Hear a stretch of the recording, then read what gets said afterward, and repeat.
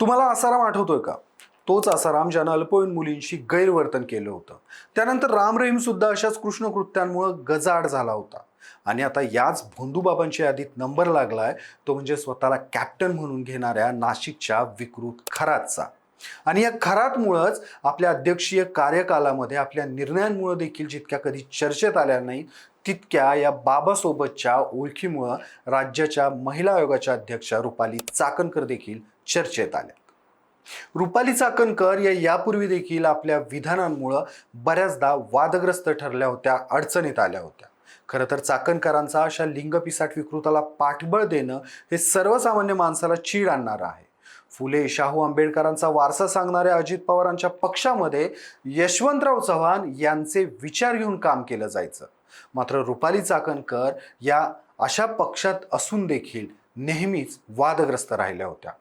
आजपर्यंतच्या त्यांच्या राजकीय कारकिर्दीमध्ये त्या नक्की कधी, कुठं आणि कशा वादात अडकल्या होत्या हेच आपण या व्हिडिओच्या माध्यमातून पाहणार आहोत.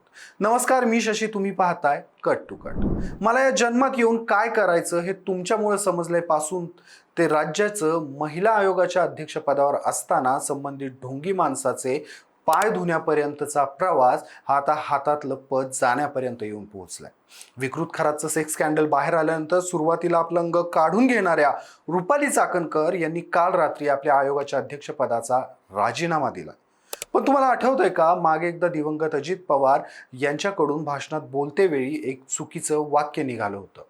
त्यावेळी त्या विधानाचं प्रायश्चित्त करण्यासाठी अजितदादा कृष्णा काठावर जाऊन बसले होते. त्याच कृष्णा काठावर जिथं यशवंतराव चव्हाण यांचं समाधीस्थळ आहे. म्हणजे यशवंतराव चव्हाण यांच्या विचारांचा वारसा हा अजितदादांनी आपल्या कृतीतून दाखवून दिला होता. पण त्यांच्याच पक्षातील असणाऱ्या रुपाली चाकणकर ह्या सध्या तरी एवढ्या मोठ्या प्रमाणात टीका झाल्यावर सुद्धा यातून काही शिकतील असं अजिबात वाटत नाही. रुपाली चाकणकर यांच्या सासूबाई रुक्मिणी चाकणकर या खरं तर 2002 ते 7 या कालावधीमध्ये पुण्यात नगरसेविका होता. त्यांच्यासोबत समाज जीवनात वावरतानाच रुपाली चाकणकर यांनी राजकीय क्षेत्र निवडण्याचं ठरवलं. 2008 साली रुपाली चाकणकरांना खऱ्या अर्थानं संधी मिळाली असं म्हणता येईल. चाकणकरांची नियुक्ती त्यावेळी खडकवासला विधानसभा मतदारसंघाच्या अध्यक्षा म्हणून केली गेली. यानंतर पुण्याचं शहराध्यक्षपद देखील त्यांच्याकडे आलं. त्यांना विधानसभा देखील लढवायची होती. वास्तवात नगरसेवक पदाच्या निवडणुकीत देखील त्या पराभूत झालेल्या. पण चित्रा वाघांनी एनसीपी सोडल्यानंतर रुपाली चाकणकर यांची महिला प्रदेशाध्यक्ष म्हणून निवड केली गेली आणि या पदावर असतानाच त्यांची महाराष्ट्र राज्याच्या महिला आयोगाच्या अध्यक्षपदी निवड केली गेली. खरं तर एनसीपी मध्ये आपल्या आंदोलनांनी झंझावात उभा करणाऱ्या चाकणकर यांची निवड झाल्यानंतर महिला आयोग सक्षमपणे काम करेल असं मत लोकांनी व्यक्त केलेलं. पण रुपाली चाकणकरांनी त्या सगळ्या अपेक्षांवर अक्षरशः पाणी ओतलं असं म्हणता येईल. खरं रुपाली चाकणकर यांनी कोणतीही निवडणूक न जिंकणं हे त्यांच्या प्रदेशाध्यक्षपद मिळवण्यासाठी जरी अडसर ठरलं नसलं तरी त्यांच्या राजकीय जीवनात त्यांना विरोध करणाऱ्यांसाठी ते एक मोठं हत्यार होतं. चाकणकर यांचा समाचार घेताना कायम त्यांचं निवडून न येणं हे विरोधकांच्या हातातलं एक शस्त्र होतं.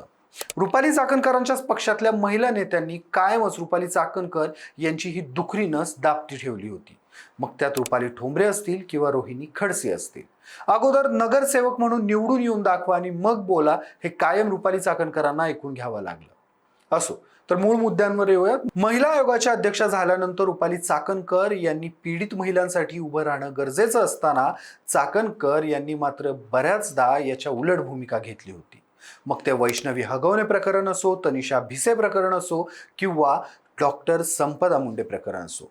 पण आता चाकणकर यांचा राजकीय प्रवास थांबण्याची चिन्ह आहेत. लिंगपिसाट नराधम असणाऱ्या खरातशी त्यांच्या असणाऱ्या ओळखीवरून ट्रोल होऊ लागल्यावर रुपाली चाकणकर यांनी मला त्याच्या वैयक्तिक आयुष्याबाबत काहीच माहिती नव्हतं असं म्हटलेलं. पण खरं तर चाकणकरांना याबाबत खरंच माहिती नव्हतं का? तर याचं उत्तर आहे, चाकणकरांना याची पुरेपूर कल्पना होती. कारण काही कालावधीपूर्वी नगरच्या स्थानिक पेपरचे संपादक असणारे दत्तात्रय खेमनार यांनी आपल्या पत्रकारितेच्या धर्माला जागत भोंदूबाबाकडून महिलांचं शोषण असं म्हणत या विकृत खराचा चेहरा आपल्या पेपरमधून फाडण्याचा प्रयत्न केला होता. मात्र तेव्हा चाकणकर यांनी आपल्या पदाचा गैरवापर करत खेमनार यांना धमकावलं होतं. फक्त धमकावण्यापर्यंत चाकणकर थांबल्या नव्हत्या, त्यांनी संबंधित पोलीस स्टेशनला फोन करत याबाबत सुमोटो दाखल करून घेण्याची सूचना देखील दिलेली. त्यामुळे मला खरात यांच्या वैयक्तिक आयुष्याबाबत माहिती नव्हतं हा चाकणकरांचा दावा आता पुसला गेलाय. काल राज्याचे मुख्यमंत्री देवेंद्र फडणवीस यांची भेट घेतल्यानंतर या प्रकरणात प्रामाणिकपणे तपास व्हावा यासाठी फडणवीस यांची भेट घेतली म्हणणाऱ्या चाकणकरांनी त्यानंतर काही वेळातच आपला राजीनामा हा राष्ट्रवादी काँग्रेसच्या अध्यक्षा सुनेत्रा पवार यांच्याकडे दिला. त्यामुळे आता हा राजीनामा चाकणकर यांनी स्वतःहून नाही तर देवेंद्र फडणवीस यांनी निर्देश दिल्यामुळेच दिलाय हे आता स्पष्ट झालंय. खरं तर या प्रकरणामध्ये खरात सोबत असणारे संबंध चाकणकर यांचा पिछा इतक्या लवकर सोडतील अशी चिन्ह आता दिसत नाहीत. ठाकरे गटाच्या नेत्या सुषमा अंधारे यांनी तर पत्रकार परिषद घेत रुपाली चाकणकर या स्वतः तंत्रविद्या जाणत होत्या असं म्हटलंय आणि हा आरोप सिद्ध करण्यासाठी त्यांनी चाकणकरांच्याच फेसबुक प्रोफाईलवरून अनुक्रमे फोटो घेत सोमवती अमावस्येनंतर चाकणकरांच्या अनामिकेला बँडेज दिसतंय हे दाखवून दिलं होतं. पुढे बराच कालावधी चाकणकर यांच्या बोटावर ते बँडेज दिसतंय असंही सुषमा अंधारे म्हणाल्या होत्या. मात्र यावरून रुपाली चाकणकर यांनी पलटवार करताना मी कायदेशीर प्रक्रियेतून याला उत्तर देईल असं म्हटलंय. मात्र आता खरात प्रकरण समोर आल्यानंतर अजित पवार यांच्या मुंबईतल्या देवगिरी आणि बारामतीतल्या सहयोग सोसायटी बाहेर जादूटोण्यातल्या वस्तू सापडल्या होत्या त्याचा संबंध देखील खराची लावला जातोय आणि हा संशय राष्ट्रवादीतलेच काही नेते मंडळी व्यक्त करतायत. त्यामुळे सध्या तरी रुपाली चाकणकर यांच्या राजकीय करिअरला खरात प्रकरणानं ब्रेक लागलाय असं म्हणता येईल. रुपाली चाकणकर यांच्याकडील फक्त आयोगाचे अध्यक्षपद जाऊन हा वाद थांबतोय की राज्यात लागू असणाऱ्या जादूटोना प्रतिबंध आणि अंधश्रद्धा निर्मूलन कायद्याअंतर्गत अशा भोंदूबाबाची पाद्यपूजा केली म्हणून रुपाली चाकणकरांवर कायदेशीर कार्यवाही केली जाईल हा मोठा प्रश्न आता या निमित्तानं उपस्थित राहिलाय. या घटनेबद्दल तुमची मतं काय आहेत मला कमेंट्समध्ये आवर्जून सांगा. व्हिडिओ आवडला असेल तर व्हिडिओला लाईक करा, शेअर करा आणि अशाच व्हिडिओसाठी कट टू कटला सबस्क्राईब करायला विसरू नका.